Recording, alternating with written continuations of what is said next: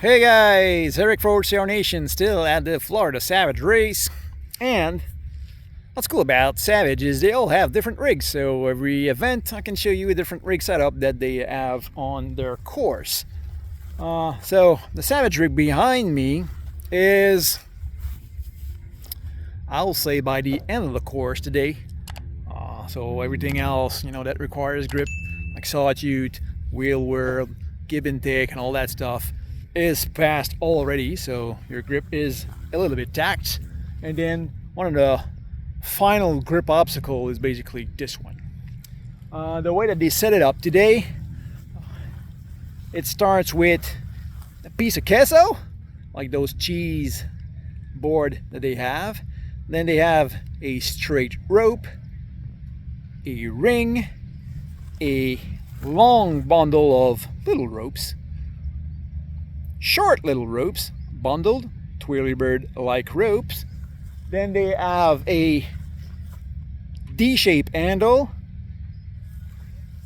followed by a ring, a little piece of cheese there, and another ring before hitting the bell. That last piece of cheese you can easily skip and just go ring, ring, bell easily. The trickiest part here is going from the long rope to the little rope and to the D shape. That's really where people have issues. And the thing is, every handle in the rig is pretty spaced apart. I'd say it's probably 4 feet between each of the holds that you have to grab in order to cross the rig. So if you don't have any momentum or anything and you're standing still, it's pretty hard to get yourself moving again in order to reach that next handle to grab. And when you start, you gotta leave that, you gotta commit to it, right? You gotta grab the rope and go for that ring, but you got to give yourself a good swing. Now, the trick that I've been trying to give people while I was here is, because most of the time people are feeling either ear trying to reach for that rope or ear trying to reach for the D-ring, and they're standing still on the rope. When you reach for another obstacle, you can keep one hand on the previous grip in order to get yourself moving. Because sometimes people are moving too fast to the next one and then they don't have any momentum and they don't move and they don't have like the swing that they're required to move to the next handle. So you can grab this thing by one hand, keep one hand on the previous grip, and then you get yourself moving, pulling on that backward grip in order to move forward. That's the trick.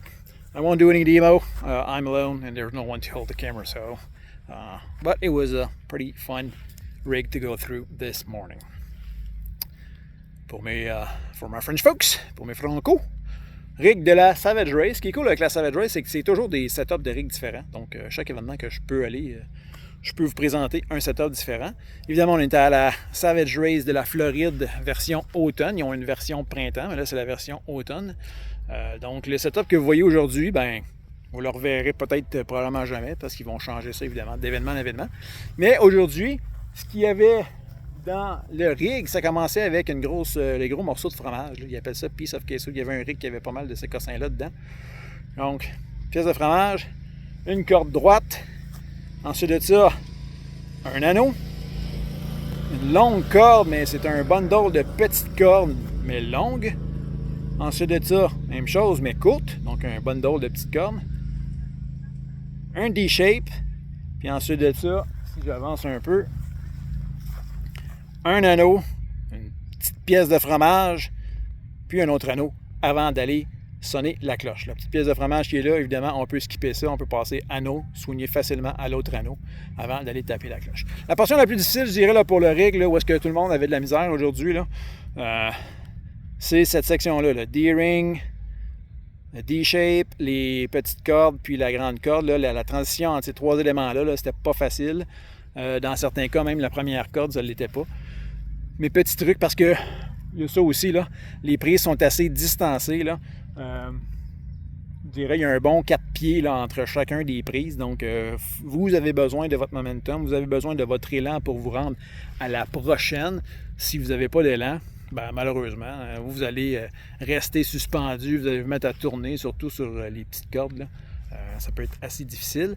Mais le truc que je donnais, là, quand vous voulez essayer d'aller rejoindre cette corde-là, et c'est bon dans n'importe quel type de poignée dans un rig, là, quand vous prenez une poignée en avant, il n'y a rien qui vous empêche d'avoir votre autre main sur la poignée d'en arrière pour vous donner une swing. Donc, vous tirez sur votre bras qui est en arrière, sur la poignée d'en arrière, pour vous redonner le ballon, puis donner le momentum pour rejoindre la prise d'après. Si vous sautez tout de suite directement les deux mains souvent sur la même prise, sans trop avoir d'élan, ben vous risquez de vous retrouver stationnaire, puis là d'essayer de vous donner des swings en balançant vos jambes. Ça peut fonctionner, mais vous allez dépenser beaucoup plus d'énergie, évidemment.